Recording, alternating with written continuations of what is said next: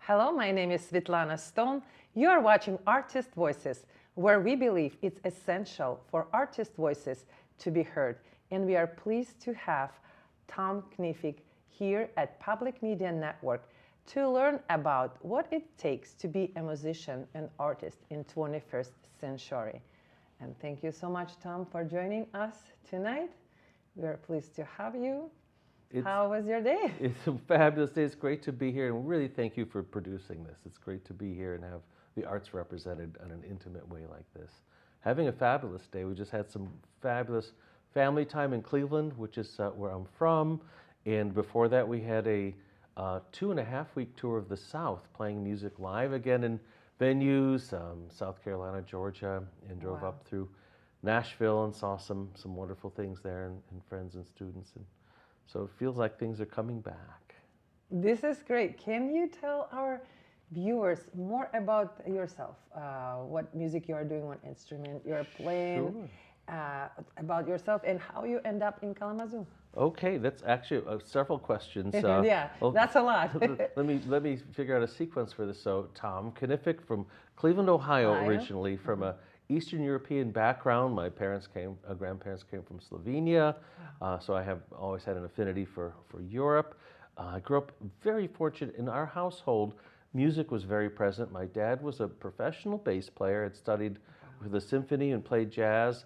But by the time I was around, even like old enough to know what was going on, he was already doing business, trying to support the family a little bit more. But the music was always there, and his best friends were musicians. So even from an early age, he would have other families with children that played music, and we'd have jam sessions in our home. Wow. So from my earliest memories are of people making music joyously, and where improvisation was part of it, and the sense of community and love. It was just like, it was a great way to come into that. And so I guess I came by it very honestly. It was just like always part of the house. I had very lucky because my first instrument was guitar. I play guitar, electric bass, and double bass, classically and jazz, of course, and compose and arrange.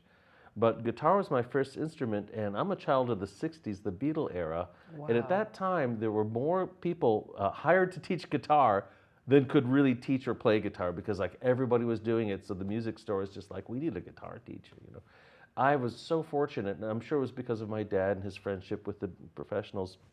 I had a fabulous guitar teacher at age 8 in 3rd grade, who I'm still in touch with. He's in his 80s, and we still chat. And I even brought him to Kalamazoo one time to play at the Union and meet my students. So it started off like that, and I was playing jazz and gigging by 7th grade. Very healthy music scene in Cleveland. Live music, some great jazz artists, and then of course the Cleveland Orchestra, which is like the cathedral of classical music, happened to be in Cleveland. And by middle school I was gigging. By 10th grade I knew that I wanted to play classical music. I didn't want to try to do jazz and classical on the guitar. I thought it'd be a little bit kind of like schizophrenic, like how do I, so I thought bass would be the most logical. And I was, back then, now we start kids on bass younger, but back then you had to be as tall as the bass or taller to play. So by 10th grade I was studying, and actually let's say 9th grade, and by 10th grade the principal bassist of the Cleveland Orchestra took me as a student, which was crazy. I mean, I don't know how that all worked, but he liked me and he liked what I was doing. So at that point, electric bass had come in between guitar and that. So by high school I was playing jazz, playing electric bass in whatever bands, pop music and things, and really trying to learn how to be a classical musician on the double bass. And so that direction kind of went on, and I was juggling all those things. I tell some of my students how much I practiced back then, and they thought I was crazy. So how much you practiced? But I was, well, I mean, I guess I kind of peaked like just out of high school, I was trying to get in at least 3 hours a day while going to school, which was tricky in gigs. 4 maybe on the weekend. But when I got into college and in the summers, like the Aspen Festival I got into the first summer, I mean, I was playing 8 or 9 hours a day. And I tell some of the students that, even some of my colleagues through my career, but I was trying to keep all those instruments going. I didn't just stop everything. Sometimes the guitar took a very minor role at a certain point because the classical side of things is very demanding. But somehow I kept all those balls in the air and made progress on one thing or the other all the time. Some less so at certain stages, and some more I was focusing on one thing, and then that would, So it's, for me, music has always been like, because of that and those different instruments and interests, it's always been music with a capital M, not like this or this or this. I had my jazz friends, my pop friends, my funk friends. And later on, my Latin music friends, certainly the whole classical genre. And so for me, the other thing too was, I'm kind of a social person. I was always trying to introduce those people to each other because they didn't know each other. This conservatory world was like foomp, and then the jazz world, and I might go from the conservatory to a jazz gig 3 blocks away, and none of them would know about each other in any way whatsoever. So my whole life I've been trying to like connect those worlds socially and musically and compositionally, and so it's just been a ball. How I got to Kalamazoo was part of that question. So after I finished the bachelor's and I was working on a master's degree in Cleveland area, I got a call to audition for the Interlochen Arts Academy. They decided to invest, they wanted a full-time, they'd been flying the bass teacher up from Chicago, from Northwestern University, like once a week, and they decided to invest in like full-time bass teacher and invest in the jazz program. And so that would have been, that was a long time ago, that was 1983. But so that took us there for 5 years, I guess. It was wonderful. The students are so talented, absolutely magical place, and got some magical relationships going on there, and learned how to be a program director and how to create a festival and how to, tour. Actually, I started a faculty group and toured that group. And then 5 years into that, Western came calling, and at that time, we had just started a family. We just built a house. We weren't looking for another job. We were like pretty happy and like going full speed ahead. But like for a husband and wife, Renata Artman-Knific is a fabulous violinist, and for us, for the second time in our career, to be invited into the finals of a position, where it seemed like a very good chance that we might both win jobs. It's very hard as a couple to do that. We have many dear friends that have always kind of alternated in their careers, and it's tricky. So we thought we better just check it out in case it works out, and it's something we decided to do. And so that brought us to Kalamazoo in 1987. Been a while. And for 1 year, I did continue I built quite a program at Interlochen. It was the jazz thing was really taking off, and the bass students were doing well. So they asked me to stay on, visiting. But at that point, even the visiting, the part-time was a half of a full-time job. And then here, that was quite the year, 1987, 1988. It was a remarkable time. But that's how I got here. That's what brought us to Kalamazoo. Hadn't really planned to make this the place to spend so much time. We had a lot of early connections going out, but we were, for the second time, I actually feel so lucky. I've had 3 shots. That was the second time I was invited someplace to build a program. I mean, Interlochen was such a learning experience and such a wonderful one. And at Western, 2 fabulous, the 2 jazz people here at the time, Steve Zagree, who you may have heard of in the vocal jazz world, and Trent Kinniston, they really kind of like, they plucked me down here. They thought I'd be the one to like start the program with. And another amazing experience to actually start a jazz program at the collegiate level. So, but things just developed so rapidly actually for both of us. There were really, I can tell you, I mean, there was one bass student at Western when I got here, and we're still good friends. He's still one of my best friends. He's doing great in Chicago. And there were just maybe a couple violinists, So it was like, we knew we had our work cut out, We didn't know if we'd even be successful in building something permanent, but it very quickly, just like every year, it was like discernibly better and discernibly more exciting and discernibly more results. So we just thought maybe we should just like really dig in here and see what we could make out of it. And that was 30 some years ago. Good times. So you mentioned that your first instrument was the guitar. Yeah. And how old you were when you were introduced to music? You said your father was a bass player, right? Yeah. You heard. Yeah. And when you realized that this is your passion. So I'm gonna follow that. I absolutely. I mean, my guitar teacher from third grade, who's still in touch with me, he tells me I was actually a very good student. I didn't have bad lessons, so I really was passionate about it then and getting it right and loved it. And he turned me on to jazz when I was still in elementary school, voicings and things. But I didn't make the personal, almost I would say, spiritual commitment to it. Although I knew I'd always have music in my life. There's no way I was going to let go.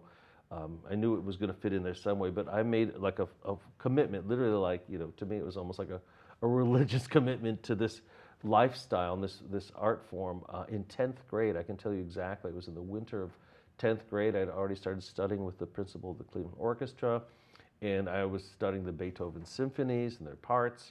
And it was during the slow movement of the 7th Symphony of Ludwig van Beethoven. It was like, I have to be in here forever, So it was a very defining moment for me. But coming up, through a very organic process, and I had my head. I knew it was going to be easy, and I had ideas about how to get there in different paths. And of course, it never works out the way you can have a plan, but things go in different ways, but just so fortunate that I've made my whole living in music. It's just been that, and in so many different ways and so many different parts of music that in that way I got to do many of the things I'd always hoped to do, because I didn't want to let any part of it go. And I could imagine certain tracks, like I thought my plan was I'll be in a symphony all the time. And I knew if I did that, it would be hard to keep the jazz going. And I certainly did a lot of symphony work. But the way it worked out to have a full-time professorship, I was able to keep all those different, and teaching in all those areas of my interest, I was able to keep all of them alive and not really have to let any one thing go. And I'm so grateful for that. And I can see you're so passionate about music. I just can see the spark in your eyes. And we a little bit talk about this in the beginning, about what it takes to be a musician at 21st century. You already mentioned that you were spending hours and hours and practicing, but what it takes to be a musician, to be able to be where you are. I think that a lot of the same things hold true over time and over purpose. Then as we know, there's certain challenges now. I think it would start with this. I think music chooses you. If you can live, very interesting. If you can live without music, if you want to be a musician but you can live without it, there's all kinds of great ways that you can be a musician and then support music, support your love of it, and support others who are striving to do it full time, or as a main profession. But if I would actually ask my students, could you live without this? Because if not, and usually it was their parents at auditions that would ask the students' parents, because they're afraid, and all I could do is offer our lives as an example, and the lives of so many of our students who have gone on to do great things, just circling us at this point, like all over the planet, and so I could just offer that. But I would also say, as well as these positive models that we can offer of success, if they can live without it, they shouldn't do it, because there are other ways to make a living that will probably be saner and easier and all that. So it does. I think it chooses you, and you know that deep inside. I agree. So, what you trying to tell to the world through your music? I'm going to actually step back a little bit, and I didn't really answer your 21st century question. And Okay, I think, and I talked more about like commitment to it and that side of it. And I think that the same things that stood many of us well. I mean, obviously dedication, getting the best education you can with as much specific information. But when I was interested in keeping all these styles of music together, yes, 30, 40 years ago, symphony and jazz. that was very strange. I mean, it was so strange at the time. There were so few. There weren't even really many schools if I wanted to go to a college and do all that. There's a few schools that had it as a graduate school where I could do classical and jazz later, but this is like in the 70s. There were very few universities I could even go and follow those two things simultaneously. Yeah. Now it's pretty common that you can do things. Some schools are better at integrating. Some schools are more segregate more, but it's possible to do. Back then, it was a very strange thing. So for me, there's just all these silos of information that I try to keep the doors open in between them with the people. All of a sudden, it seems like that's more of a requirement. It's like everybody's talking about that as something you should do. Be stylistically inclusive, be open to more cultures. And I've been like carrying that torch and flag, my entire life. And sometimes people thought, well, that's cool. Some people thought, like, are you crazy? But I think it seems like it's being promoted, even like in college curriculum meetings. They're trying to figure out a way to stay relevant and have different aspects of style. Literally, it's been so obvious to me my whole life, but I'm glad that it's come around. I'm glad that it's gotten to be that. There's technical challenges now, and we know about recording. People can get so many recordings that artists do for free. It's hard to get an income from the various streaming things. And I could tell you one story. I've made 34 or 5 CDs at this point in my life, and got hopefully a whole lot more in me. But when we finally got onto streaming, and that whole thing, and going off into the Pandora and this and that, if you own the copyright to music, if you publish music, put it out, it's in your name and your publisher and the composer, you can get like some royalties on it from these different, it used to be, from sales or radio. And when I got my first one for one of the big streaming companies, this is going back a few years, and it was a song that I actually wrote inspired by my relationship with Renata, and where I actually proposed to her from. It's called Sienna, and it's recorded in the early 2000s, so that whole thing was just getting going.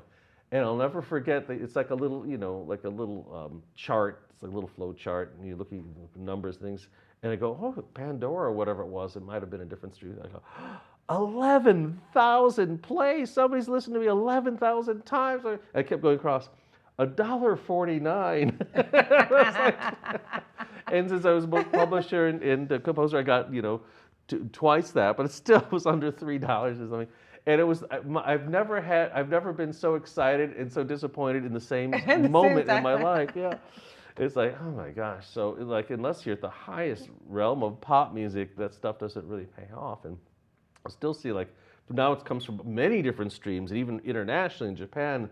But there's only like so many cents, in the hundreds of plays, or maybe 1,000 here and there. But it's like, so that's a challenge. So how do you do that? So certainly, audiences still actually buy recordings at live concerts. I'm so excited about that. We just got back, and people even still want a CD. It's like, do you have a player? They still want it. They want to take something home. They want to take it's like it could be a program almost, but people still like that. The other thing that I think what it takes, I'm thinking about young people coming up, is being at least tech savvy in a certain way, so that you don't have to hire everything out. You might not be the greatest at this or that or that or that, but you really should know how this stuff works, so to at least make informed decisions, or at least know who to hire, as opposed to not hiring the right person. Or, I mean, that whole package, which used to not be the thing. There were silos of information. This is the tech person, this is the saxophone person, this is the pianist. I think being able to do that is so important.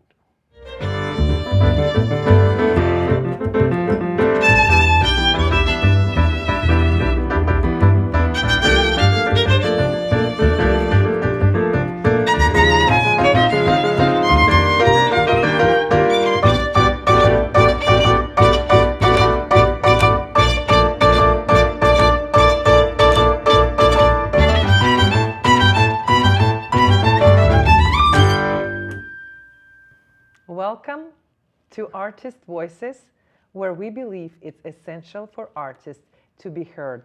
And for those of you who just tuned in, we are here at Public Media Network with a local musician, Tom Knific, to learn about what it takes to be a musician or artist in 21st century. And thank you so much for being with us tonight and sharing with all your experience. I'm excited to learn more about the challenges that artists face, and if you can share what challenges the artists, or maybe you already mentioned some of them, are facing today. Yeah, well, I think obviously we have to, we call it the elephant in the room, the pandemic, right? It's just so tricky. It's affected everybody, it's affected everybody. There's no way that it couldn't affect you. And so that's the biggest thing. Of course, the technology that we talked about in terms of being able to find a way to present your music during this time. But at the same time, I really think that equally there are opportunities that have been created. I mean, whether they can be, I hate to use the word monetized, but that's what it is. If there's a way to find an income stream from it, that's also a challenge. But there are definitely some ways that we've been able to present ourselves globally through this too, that will, some have paywalls and they can remunerate a little bit, or sometimes there's a home base to a certain project where people sign in and then you get some remuneration back from a class or a concert online. But regardless, I mean, there's so many more opportunities to present online. I mean, everybody's doing it, and I'm just thinking, just off the top of my head, PMN actually saved a couple concerts that we did because nobody knew whether the concert was going to happen for an audience or not, sometimes for a few weeks in advance. And I know we did one for the Arts Council that only got changed to this setting like a week in advance because the governor's rule changed literally between a week before our concert and the concert in the park. And boom, you guys saved us. I think the last New Year's Festival we played for, again, it wasn't clear because things were changing every month or week, and so all of a sudden we're doing it in the church we were going to play in, but boom, like a couple weeks before, it's going to be just with a limited audience and your tech people here, and then another concert series we did for the Saugatuck Chamber series. That was an interesting situation because when we signed the contract and everything, and it was a lovely contract, we thought that we would have to go to wherever the venue would be and probably be alone, but it would be filmed. And then we found out about a month before that we were actually responsible for filming it. So that took it up a notch, and we got the right people there, sound and camera person, did it in our living room with our Schimmel baby grand, and it worked out great. They thought it was actually one of their best technically produced programs, thanks to the some great talent that we brought in from Chicago to help take care of that. But those are all things, 3 years ago, none of that would have happened. No. I'm very involved for over 25 years in the International Society of Bassists. It's the world umbrella organization for bass players. In fact, I'm past president, and I hosted the World Conference here in 2005. There were 1,000 bass players from 30 countries in Kalamazoo. Wow, in 2005. That's impressive. It was nuts. It took almost 2 years of my life, but that was one of the best things I've ever done in my life. But that's ancillary to the fact that, as an organization, I'm still on the board. There's any video of that? Oh, there's there's a DVD that was made from that. Wow. Yeah, I got an award from the Chamber of Conference because we filled up the hotel, the Radisson, for like 8 days, plus other hotels, and apparently we sold an awful lot of beverages that week too. We heard that, but this place was like buzzing, with music. I was going to say, but the bass societies, like, we had to step up. Oh my gosh, our live concerts are going away. But it took 2 years, right, to prepare the conference? Yeah, they're every other year. So it actually took me more than 2 years. It was wow. 2 years and 3 months for me. Maybe future presidents of the organization were more efficient, but it took all those. But it's global conference. Yeah, 30 countries represented. Wow. But one of the things we did during the pandemic was we set up a weekly, like, talk show, kind of like this, but with bass players, and everybody's from somewhere else, so it's like it's still all online, and I got to produce maybe a half a dozen with some of my heroes and former teachers and best friends, and So here's boom, boom, boom, and I got to do David Holland was in Toronto with David Gage, the bass maker, who was in New York City, and I'm hosting in Kalamazoo, right? And our tech guy was in Toronto, and everybody's watching from around the world, and it's all happening at the same time, but all those places. A really fun one was we do a lot of work in China since 2008, and they've built a new. There's a new Juilliard in Tianjin, China. It's a fabulous building. It's just like amazing. Is it for performance? Yes, it's only masters. They have preparatory and master's degree in performance. They may have some musicology too, but it's all there's no undergraduate. It's either prep or graduate. And so a dear friend of mine, actually the guy that got us involved in China in the first place, Dashun Zhang, he's there, and I wanted to interview him. And it's a 12-hour time zone change, so we had to change everything. He did it at 7 in the morning, and I did it at 7 at night. Wow. And so I mean, and it was amazing. So I'm talking to him in China and here, and everywhere around the world is watching. Before that, one of my favorite ones was a dear friend of mine that I studied with in Italy. Is now one of the main film score bassists, Nico Obondolo. He does all of Hans Zimmer's work.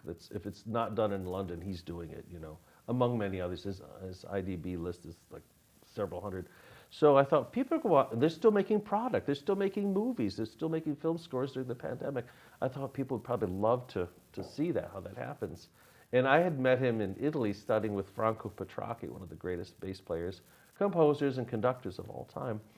And so, who's in his 80s, and fortunately I got his daughter to help set it up. So Nico and I talked it was Hollywood, technology was in Toronto, hosting in Kalamazoo, and then about halfway through our teacher signed in from Rome, and we're all on the screen, everybody's talking, and then people would write questions and stuff.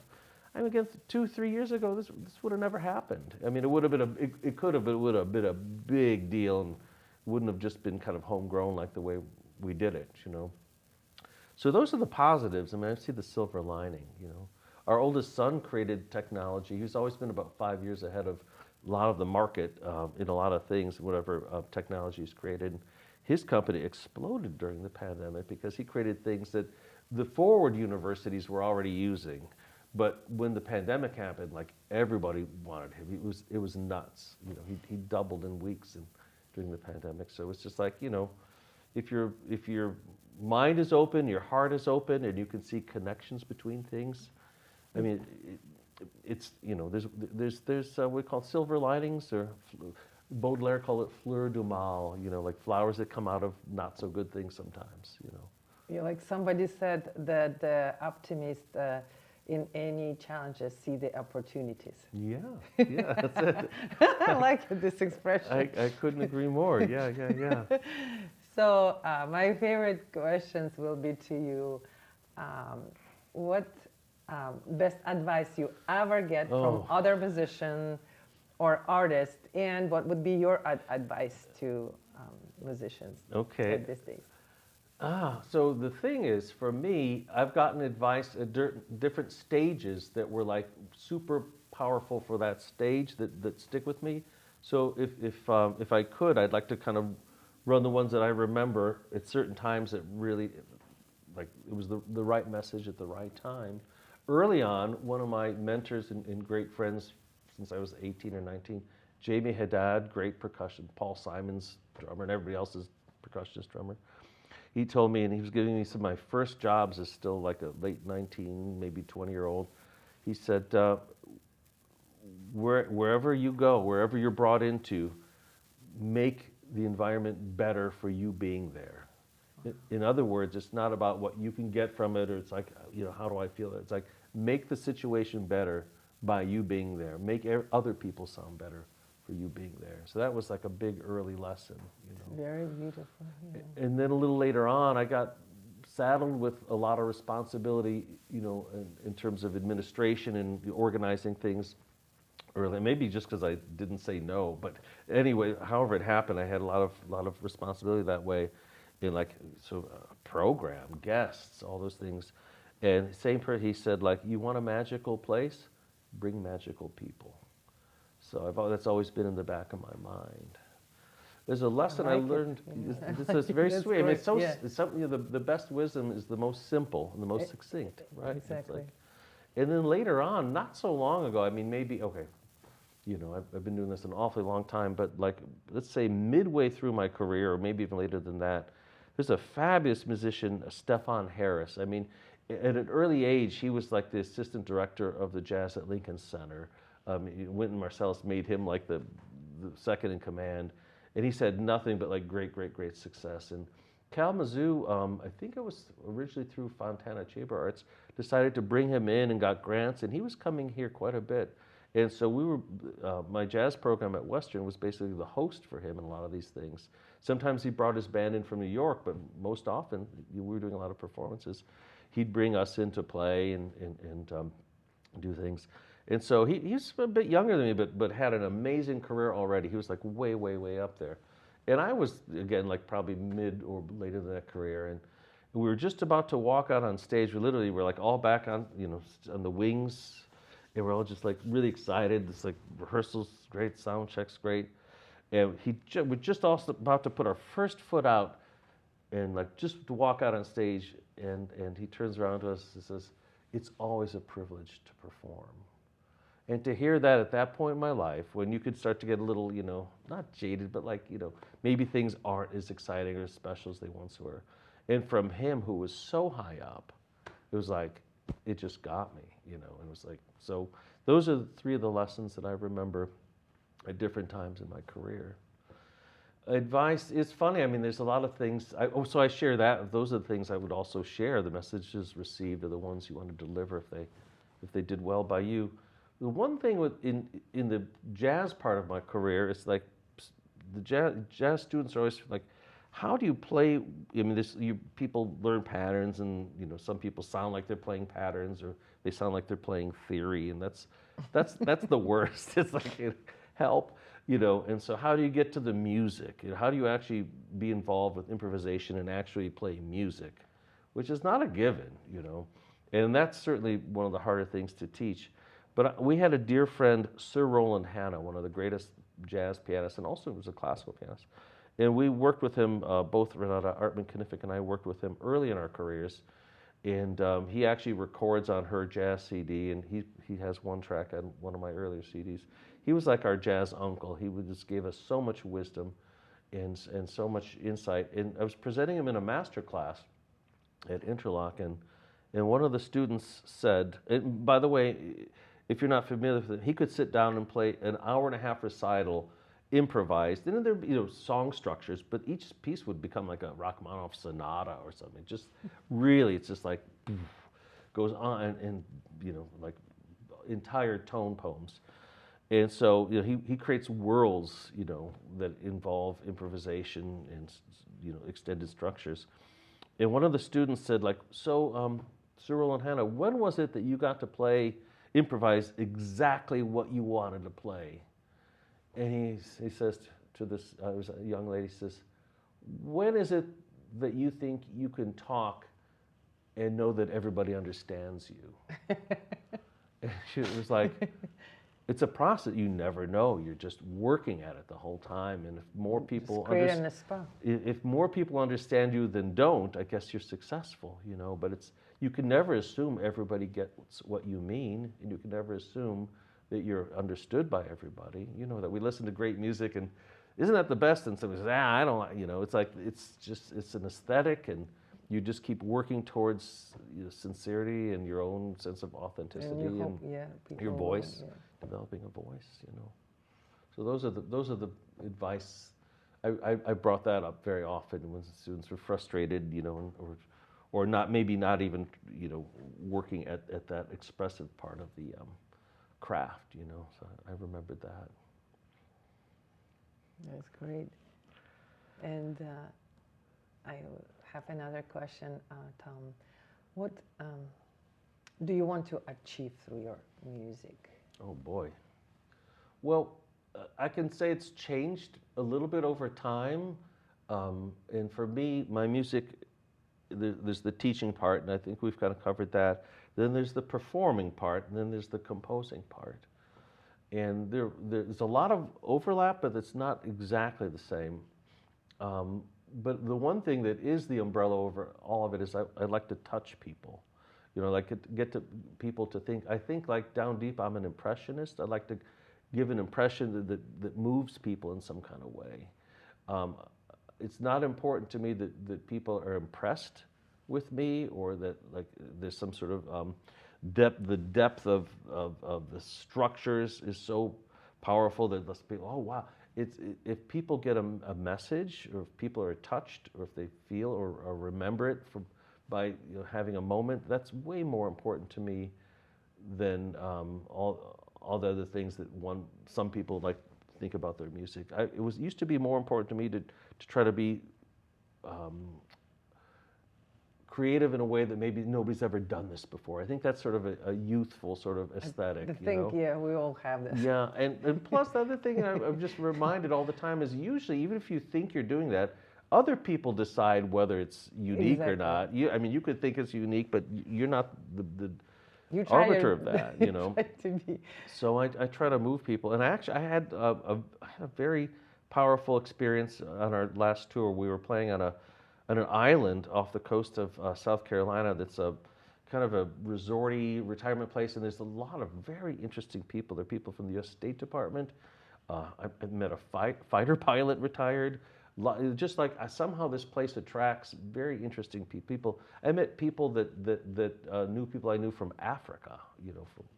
So it was just like wow. And a lot of my music is the compositions reflect people and places. And so I really try to, when I'm writing, I really try to get into I would call it a vulnerable state where I'm just channeling, where I'm not actually, you know, I get to the point where I'm not even like, if I'm working, the work might come from the details and the craft part of it, but when I'm trying to get like the juice of it, I'm really trying to channel a person or a place usually, and the feelings that are, that those places or people imbued in me. And so I try to get down deep into that when I'm writing. But you never know. It's like, when is it that you say something that you know everybody's going to understand what you said? You never do. But at this concert a couple of weeks ago, and mind you, we've been playing mostly for cameras.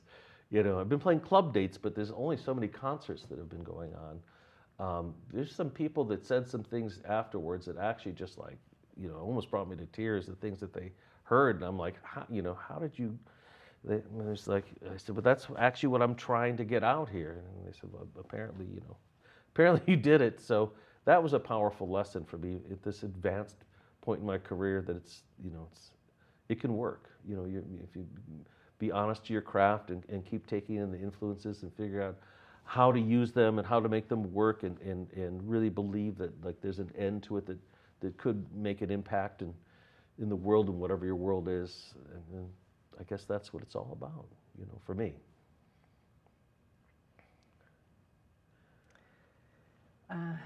And Tom, you've talked about your CD, your music. Where our viewers can find information about you? If there's a website, and if you can share about your future performances, that would be also a great opportunity to do. Sure, I'll try to how they can find information about your music and wonderful. Check out. Well, one of the helpful things about having such a unusual name, I guess I'm the only guy on the internet with my name. That's like, I believe so. My grandson has my middle name, I guess, or my son actually. But basically, it's really easy to find me on the web. I have a website that's desperately in need of updating, and I actually started working on that during the pandemic. Then other things came up, but it's there, and it's not bad. It's a few years out of date, but it will get better. And I think it has my last solo CD, not my last CD, but I'm at about 30. I want to say 34 CDs in. Three are in the burner, like 3 are like either in conception or have been started. So that hopefully within a year or so there'll be several more coming up.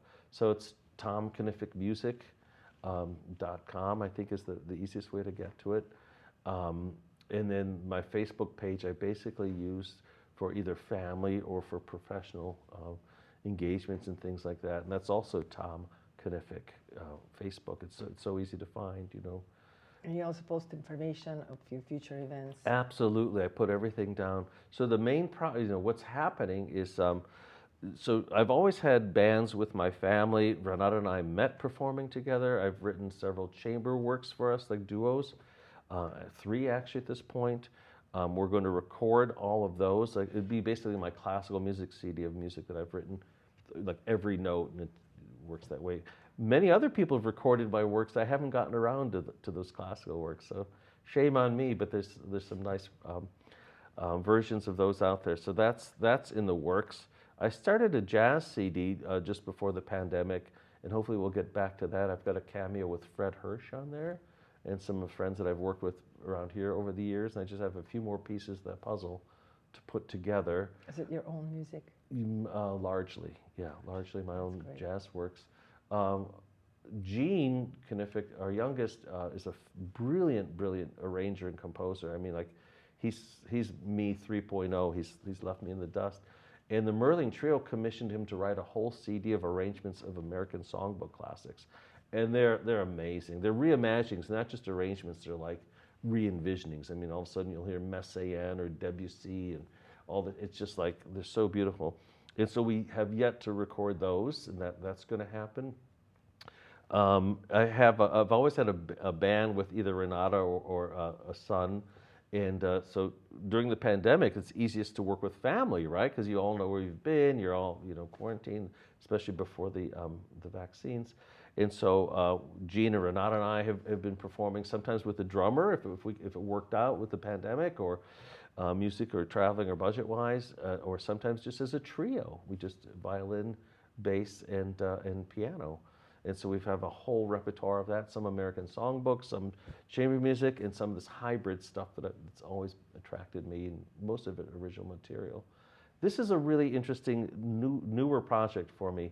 The date that I announced my retirement from Western, I got a bunch of like invitations. It was like, I should have used this like as a plug earlier, like just say you're retiring, all these people. So one of them is to start a jazz academy in Thailand, in Bangkok, where jazz is huge, because the previous king, Rama IX, was a huge jazz fan. And actually, that's how I got to Thailand the first time. I was touring for his 50th anniversary on the throne. And now there's like a lot, there's 3 universities that have jazz. And so they brought me over just before the pandemic to do video and start to work on curriculum, and then it all, so if that, hopefully it'll come back, and I'll get to start my 3rd program of my career, which would be like fabulous. And then the other person that wrote me the morning after I announced retirement was there's a gypsy jazz group that's based here in Michigan. And I've always loved Django Reinhardt, and I love Stefan Grappelli. He's actually Renata Artman-Knific's favorite violinist, I think.